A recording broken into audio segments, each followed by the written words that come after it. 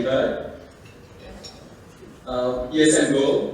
ESMGO.com, Professor Houston Kwa, distinguished guests, ladies and gentlemen. It is both an honor and a pleasure to speak to you. And I've been associated with the Economic Society of Singapore for a long time, and I've been a great fan. Of course, I wish I were there in person, but I'm still COVID positive, so I'm sorry we have to do the virtual link-up. There are many issues, many pressing issues I could talk about today. The world is just emerging from the most devastating pandemic in over a century, with far-reaching changes, whose effects will be felt for years to come. A major war has broken out between the two largest countries in Europe, heightening geopolitical risks and setting off a food and energy crisis across the world. The global economy is facing the sharpest surge in inflation and fastest pace of monetary policy tightening in 40 years, with highly uncertain consequences. Instead, I want to talk about what I think is the mother of all challenges facing the world today, and for the next few decades: climate change. Long after our conjunctural challenges of war, disease, and inflation are behind us, the climate crisis will still be with us, only more intense, more urgent, more disruptive. Climate change is already happening. Over the last 3 decades, the number of registered severe weather events has tripled. Over the last 2 decades, the rate of increase in sea levels has doubled. And over the last decade, the pace of ice loss in the Arctic and Antarctic has tripled. And this year, wildfires and heat waves of unprecedented ferocity have swept across Europe, North America, and Australia, while record rainfall in countries ranging from India to America have caused devastating floods. In short, climate change is happening at a faster pace than predicted by early climate models. It is critical that we stop putting more carbon into the atmosphere by 2050. According to climate scientists, to avoid catastrophic and irreversible climate change, global warming needs to be kept within 1.5 degrees Celsius above pre-industrial levels. This in turn requires that global greenhouse gas emissions must reach net zero around 2050, meaning we remove whatever greenhouse gases we put into the atmosphere every year. Now, this is what more than 190 countries resolved as part of the Paris Agreement in 2015. The world is currently far from a net zero emissions trajectory. To limit global warming to 1.5 degrees Celsius, global greenhouse gas emissions must peak by 2025 and come down about 45% by 2030 relative to 2019 levels. The world is currently not on track to achieve this. Even if all the countries follow through on commitments made in the Paris Accords, carbon emissions will come down by just 7.5% by 2030, not the required 45%.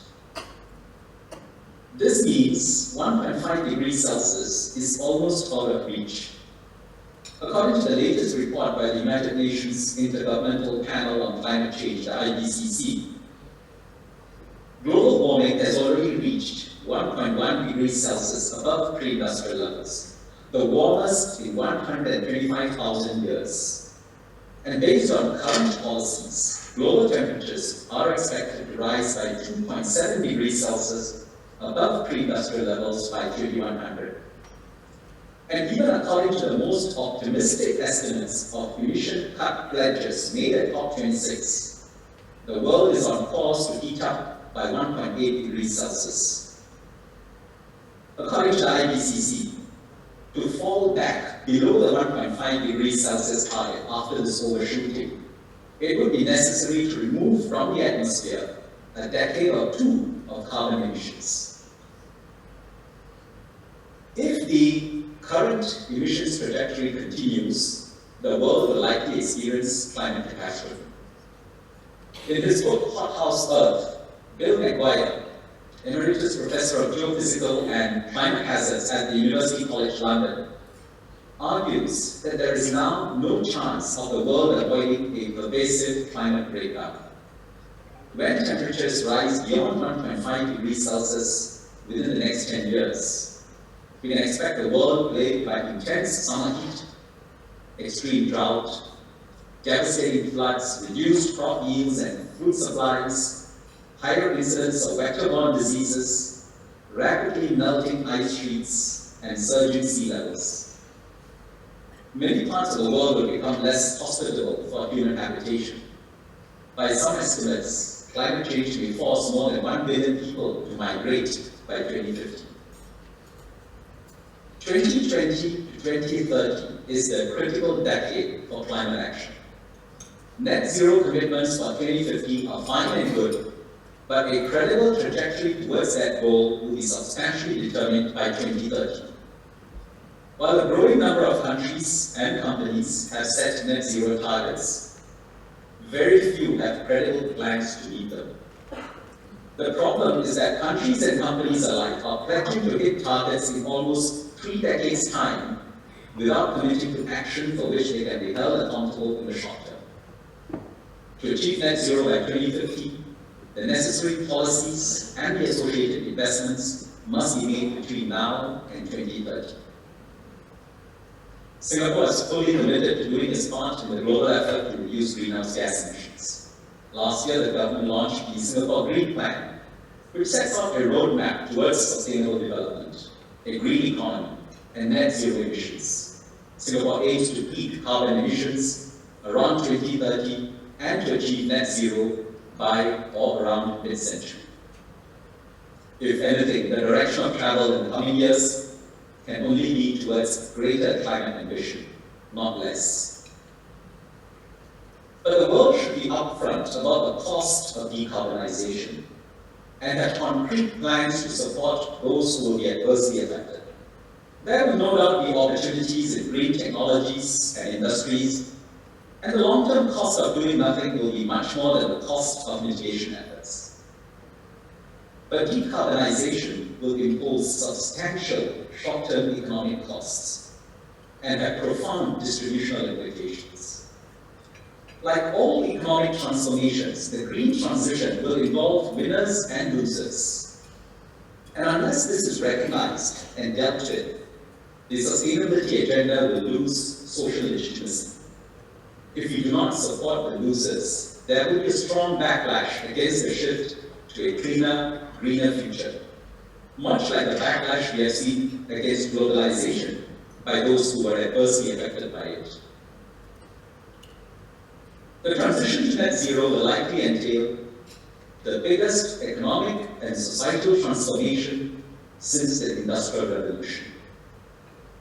As the environmental scientist Roger Smil, in his book How the World Really Works, declares rather ominously, and I quote, "We are a fossil fuel civilization whose technical and scientific advances, quality of life, and prosperity rest on the combustion of huge quantities of fossil carbon," unquote. So to transit from such a fossil fuel civilization to a net zero world will require considerable economic restructuring, significant technological breakthroughs, and substantial financial investments. Getting to net zero will not be easy and will require 5 transformative changes. 1, a price on carbon. 2, a shift to cleaner energy. 3, a greening of the economy. 4, a pivot to transition finance. And 5, a sustainable lifestyle. Let me elaborate on each of them. A meaningful price for carbon is the single most important measure to help decarbonize the economy. A carbon price can be achieved in three ways: a tax on carbon emissions, or a system for trading emissions permits, or regulatory limits on emissions that could be translated into an implicit carbon price. Without getting the price of carbon right, most sustainability efforts will not make economic sense and not gain traction. The right price of carbon sets a powerful signal across the entire economy. It induces consumers to reduce demand for carbon-intensive goods and services, firms to move to low-carbon technologies, innovators to invent and develop new low-carbon products and processes, and investors to fund and commercialize them. The invisible hand of the carbon price incentivizes and coordinates emissions reductions efforts in ways that regulation or central planning can never achieve. While carbon pricing has gained traction globally, it needs to be higher and applied more broadly. The right price of carbon is the social cost it imposes on the environment. According to the World Bank, less than 5% of the emissions covered by a carbon pricing initiative are priced at a level consistent with achieving the goals of the Paris Agreement, namely $40 to $80 per ton of carbon dioxide by 2020 and $50 to $90 per ton by 2030. Yet, the idea of a federal carbon tax remains political anathema in the United States. Even the European emissions trading system currently covers only about 50% of the EU's greenhouse gas emissions and gives many allowances for free. Singapore will progressively raise its carbon taxes from 2024.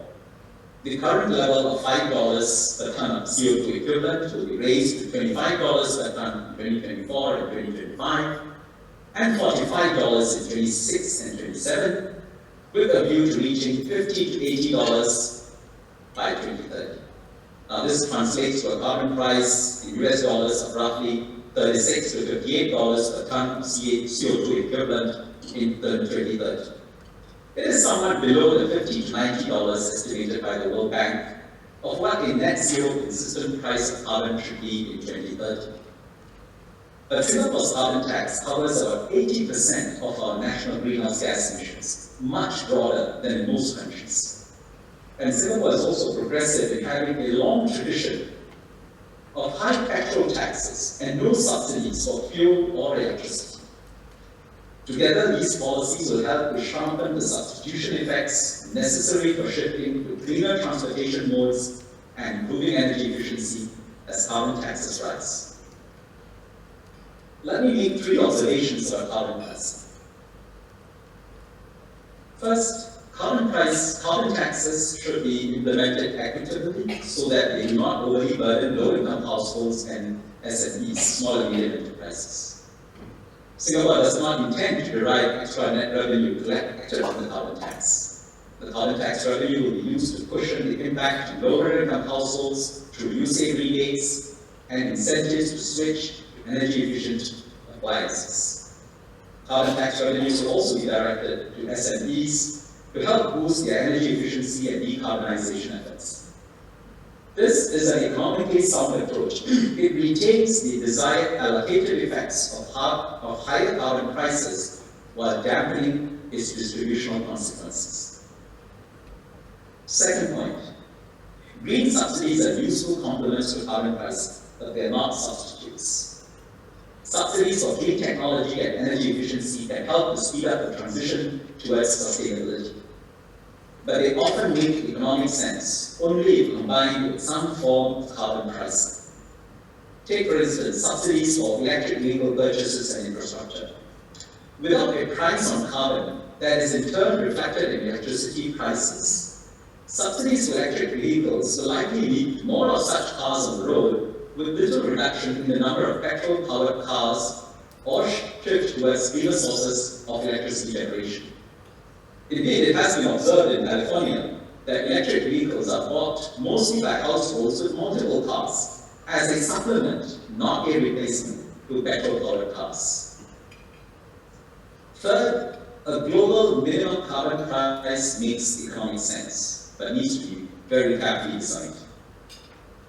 As emphasized by the economist William Menon, there should be a common harmonized price of carbon across sectors and across countries that is equal to the global social cost of carbon. Every molecule of carbon dioxide that is emitted imposes the same social cost, regardless of where it is emitted from. It is unlikely that there will be an international agreement on a single global carbon price. But there are two ways in which global convergence in carbon pricing can come about. The first is through carbon credits and markets. If a sufficient number of countries have carbon taxes or prices, it will facilitate cross-border trading of carbon credits, which will help to drive carbon prices closer. The second is through the Carbon Border Adjustment Mechanism, or CBAM, which is a tariff that prices the carbon content of imported goods the same as the carbon emitted in domestic production. Advocates of the CBAM see it as a way to ensure that internalizing global externality in some economies does not lead to expansion of more polluting firms elsewhere. But opponents view the CBAMs as being potentially protectionist and disproportionately hurting developing countries who lack the capabilities and support to decarbonize. Singapore will do well to prepare for a future where CBAMs may cover a significant part of world trade. CBAMs are likely to be a reality, especially if several major economies agree on a global minimum carbon price. The EU has already proposed a CBAM.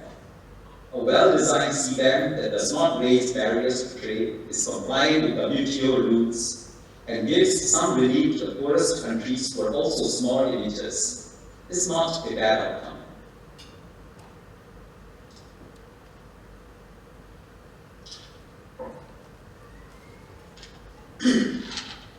The second imperative for the net zero transition is a decisive shift towards cleaner energy. According to the IPCC, to have a good chance of limiting global warming to 1.5 degrees Celsius, global consumption of coal, oil, and gas must start declining immediately and steeply. This is not going to happen. The growth in renewable energy has been spectacular, but not sufficient to meet growing energy demand. Despite a 50-fold increase in the supply of new renewable energy in the last 2 decades globally, fossil fuels continue to account for more than 80% of global primary energy consumption. One of the reasons is that about 750 million people in the world still lack access to electricity. For them, the priority is having the lights on at an affordable price, not how much carbon dioxide is emitted in its production. Most of the people living in sub-Saharan Africa in 2020 consume no more energy per capita than the people of France and Germany did in 1860. So providing these poor people a dignified standard of living would require doubling their rate of energy consumption. So the energy transition is difficult. According to the International Energy Association, the IEA, the energy transition to achieve net zero is doable, but hard. First, even when the world achieves net zero emissions, fossil fuels will be with us. Energy demand in Asia is expected to double by 2030, on the back of strong economic growth, rising affluence, and urbanization. Even if overall global energy use falls in the net zero scenario, it will increase in many of the poorest countries, and it must. Fossil fuels will continue to play an important role in meeting the energy demands of Asia and Africa. Coal is unlikely to have a role in the net zero world, but oil and gas will. The IEA has projected that if the world reached net zero by 2050, it would still be using nearly half as much natural gas as today and about 1/4 as much oil. Second, solar and wind power will need to be the largest energy source. The cost of solar and wind energy has fallen dramatically over the past decade, and the amount of power generated through these renewables is rapidly catching up to that generated by coal. The IEA has projected photovoltaic capacity capacity jumping 20-fold between now and mid-century. This is no mean task. It implies, by 2030, installing every day the generation capacity of what is currently the world's biggest solar farm. Third, hydrogen will be an important new hope for decarbonization. This involves using renewable energy to split water molecules to produce both hydrogen and oxygen. The hydrogen can be burned as a fuel, emitting only water vapor, or be put into a fuel cell to make electricity on demand. It can also be used as a feedstock to make more energy-dense compounds such as ammonia, which can serve as a fuel itself. Hydrogen and ammonia can be critical to the transition to a net zero world, given their potential role in decarbonizing hard-to-electrify sectors such as steel production, fueling trucks, ships, and other heavy vehicles. All of this is technologically possible, but making it economically efficient will require further innovation. In Singapore, our aim is to progressively decarbonize the power sector. We do not have the land for large solar or wind farms or fast-flowing rivers for hydroelectric power. But it helps that Singapore is already less carbon-intensive in power generation than many other countries that still use coal. We are working to increase the carbon efficiency of natural gas, which today accounts for 95% of electricity generation and is likely to remain the dominant energy source for some time. We are accelerating solar deployment across the island and building viable energy storage systems. And using our reservoirs, we are opening one of the world's largest floating solar energy systems. We are using transmission lines linked to neighboring countries to import the renewable energy they produce. And Singapore has already started importing from Laos energy from hydroelectric power. And we are exploring geothermal and biomethane technologies, as well as small modular reactors using nuclear fission.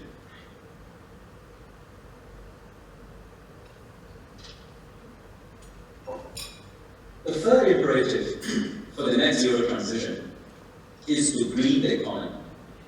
Greening the existing economy is more important than growing new green sectors. Investing in green technologies and renewable energy is important. But such pure green activities are estimated to make up less than 8% of the global economy. Non-green activities in manufacturing, building and construction, aviation, maritime, agriculture, and fisheries make up the bulk of any economy. To move the needle on emissions reduction, we need transition strategies that progressively reduce the carbon footprint across all economic sectors. Let me highlight 6 challenges associated with greening the global economy. First, a green economy will rely much more on electricity. The cheapest and easiest way to decarbonize several sectors of the economy, such as cars that run on petrol or heat generated by burning natural gas, is to electrify them and ensure that the electricity is generated from zero or low carbon sources. According to Princeton researchers, total electricity usage in the United States will likely be 2 to 4 times as great in a fully decarbonized economy compared to today. In the IEA's net zero world, electric vehicle sales will go from 5% of the car market today to 60% in 2030. Now, this would require building the equivalent of 20 of Tesla's massive gigafactories every year this decade. No mean task. Second, the green economy will need to be much more energy efficient. Energy intensity, which is the energy needed to produce $1 of GDP, will have to improve substantially. The IEA has estimated that to reach net zero, the rate of improvement in energy intensity would have to go up to more than 4% every year, which is more than double the average rate of the previous decade. And current plans and commitments made by countries will yield an improvement of only 2.8% a year. Third, a green economy will need to find ways to decarbonize so-called hard-to-abate sectors and activities. There are currently not very good transition pathways for aviation and maritime. There are also some critical materials whose production is hard to decarbonize. some 17% of the world's primary energy supply is used to make just four materials: steel, cement, plastic, and ammonia, which is used in fertilizers. These four materials have been described as pillars of modern civilization. Not only are there no readily available substitutes for these materials, but also no practical low-carbon ways to produce enough to meet current demand. And the world must actually expand their production as Africa and Asia modernize and urbanize. Fourth, the sectoral composition of economies will change. The sectors with the highest greenhouse gas emissions, such as coal, oil, and gas power, and petroleum products, will be most affected. They account for about 20% of global GDP. McKinsey estimates that $2.1 trillion worth of assets in the power sector could be retired or underutilized between now and 2050. On the other hand, activities supporting low emissions products are likely to grow in importance, ranging from mining lithium for batteries to manufacturing solar panels and charging stations for electric vehicles. Demand will also grow for green services such as forest management, sustainable engineering and design, green finance, and emissions measurement and tracking solutions. Fifth, inflation is likely to be higher during the long transition to net zero. Higher energy prices will feed through into the production of many goods, and prices overall will rise. The Bank of England estimates inflation will increase by nearly 0.6 percentage points by the early 2020s, if there is an orderly transition to net zero, and by 2 percentage points by the early 2030s, if the transition is disorderly. We are probably seeing a preview of that scenario currently. But it's not just energy prices. Demand will surge for minerals such as copper, aluminium, cobalt, lithium, nickel, and rare earths, which are critical to various clean energy technologies, including wind turbines and electric vehicles. For example, solar wind power plants use up to 6 times more copper than conventional power generation. According to the IEA, a world on track for net zero in 2050 will need 6 times as much of these materials in 2040 as it does today. The result is greenflation, or rising prices for these metals and minerals that are essential to renewable energies and technologies. 6, the labor market will undergo a major adjustment. Jobs will be lost in traditional carbon-intensive sectors, so new jobs will be created in carbon-neutral industries. It is estimated that about 200 million jobs will be created and 185 million lost globally by 2050 from a net zero transition. There will be a period of net job losses during the transition. Foundry workers will not instantaneously be transformed into building installation experts, so worker reskilling and redeployment will become critical. And identifying skills adjacencies will be a key part of worker retraining programs. In Singapore, a comprehensive strategy to green the economy is taking shape, with a focus on boosting energy and resource efficiency and creating good jobs. In the petrochemical industry, all the major players have committed to reach net zero by 2050, and government agencies, industry players, and research institutes are developing capabilities in carbon capture and storage technologies. In the maritime industry, investments are being made to help our port terminals become net zero by 2050 and support the provision of low and zero carbon marine fuels such as ammonia, hydrogen, and biofuels. In road transport, Singapore aims to do away with the internal combustion engine and switch to electric vehicles by 2040. And Singapore enjoys a trust premium, so critical in a green economy. Many emerging green services like the trading of carbon credits and monitoring, reporting, and verifying carbon emissions are built on trust. The fourth enabler for the path to net zero is transition finance. A McKinsey report estimates that getting to net zero in 2050 would require about $9.2 trillion of investment per year, $9.2 trillion US dollars. That is 3.5 trillion US dollars per year, more than is currently being invested today. As incomes grow and transition policies are legislated, expected spending will increase and narrow the gap, but there will still be a gap in annual spending of about 1 trillion US dollars.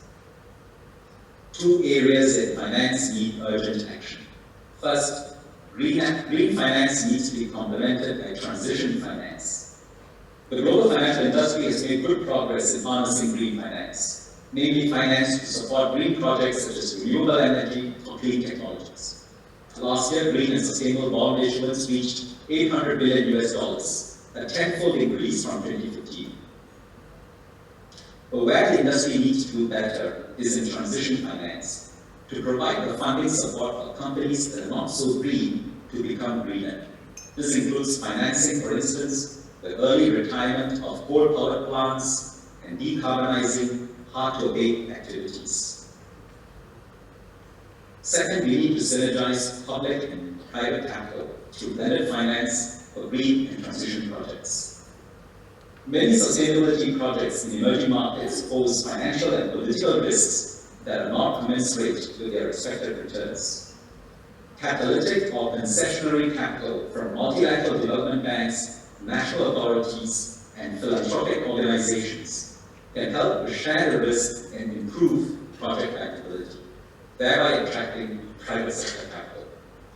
There is also scope to recycle capital by taking loans off the balance sheets of commercial banks and multilateral development banks and structuring them in a form that will be subscribed by institutional investors or insurance companies or sovereign wealth funds.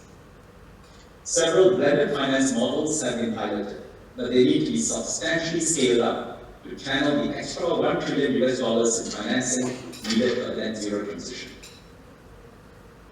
Singapore is building a comprehensive ecosystem for green and transition finance to facilitate Asia's net zero journey. We're building capabilities in environmental risk management in the financial sector through climate stress tests. We're providing grants to defray the costs of issuing green and sustainability-linked loans and bonds. We're supporting industry efforts to build the infrastructure for a liquid and transparent voluntary carbon credit market in Asia.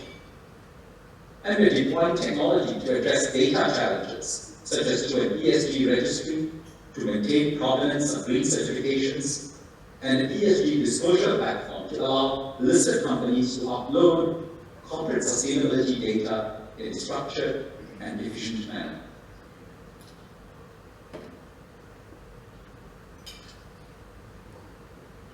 The fifth and last key to achieving net zero: a sustainable lifestyle.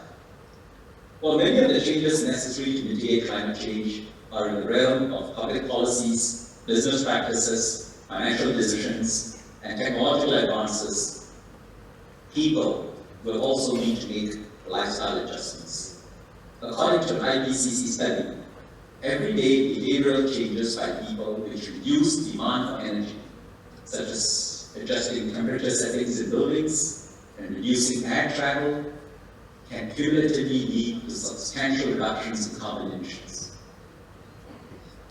People around the world are increasingly concerned about climate change and want to do something about it. And climate change is inspiring people to step up to a higher cause, to take collective action for the common good of our planet. Singaporeans too are becoming more environmentally conscious.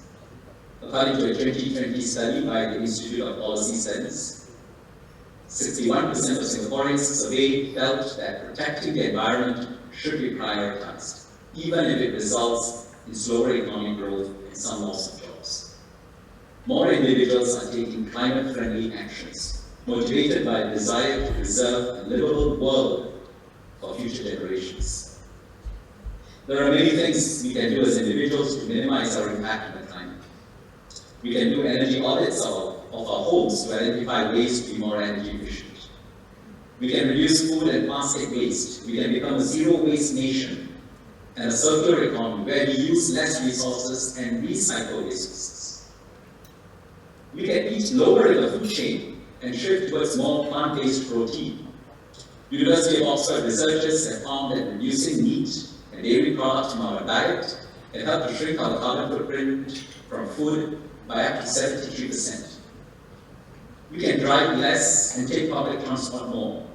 According to a 2021 study of 7 European cities, individuals who switched one trip per day from driving to cycling reduced their carbon footprint by about 0.5 tons over a year. Let me conclude. This is a gathering in the name of the dismal science. I hope I did not give too dismal a speech. But it is important that as economists and as Singaporeans, we appreciate the gravity of the net zero challenge. The climate crisis demands collective action. Nothing short of a whole society effort across countries will suffice. And the time for action is now, not tomorrow. Yes, we wish we can postpone carbon taxes, costly investments in energy efficiency, restructuring of business processes, mandatory reporting of climate risks until economic conditions are better. But the planet cannot wait. It is continuing to warm up.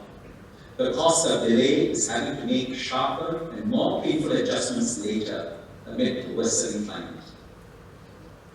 The road to net zero is not easy. But we have seen time and again that when confronted with great challenges, humankind has risen to the challenge. The recent COVID-19 pandemic is a good example. Yes, the world's response was not optimal, not everyone played their part. But by and large, governments put in place the necessary measures to save both lives and livelihoods. Scientists and industry came together to produce vaccines in record time. Businesses adapted and changed, continue providing goods and services.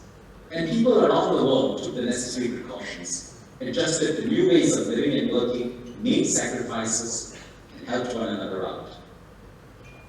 With that same spirit, difficult as it may be, the world will get to net zero and avert climate disaster.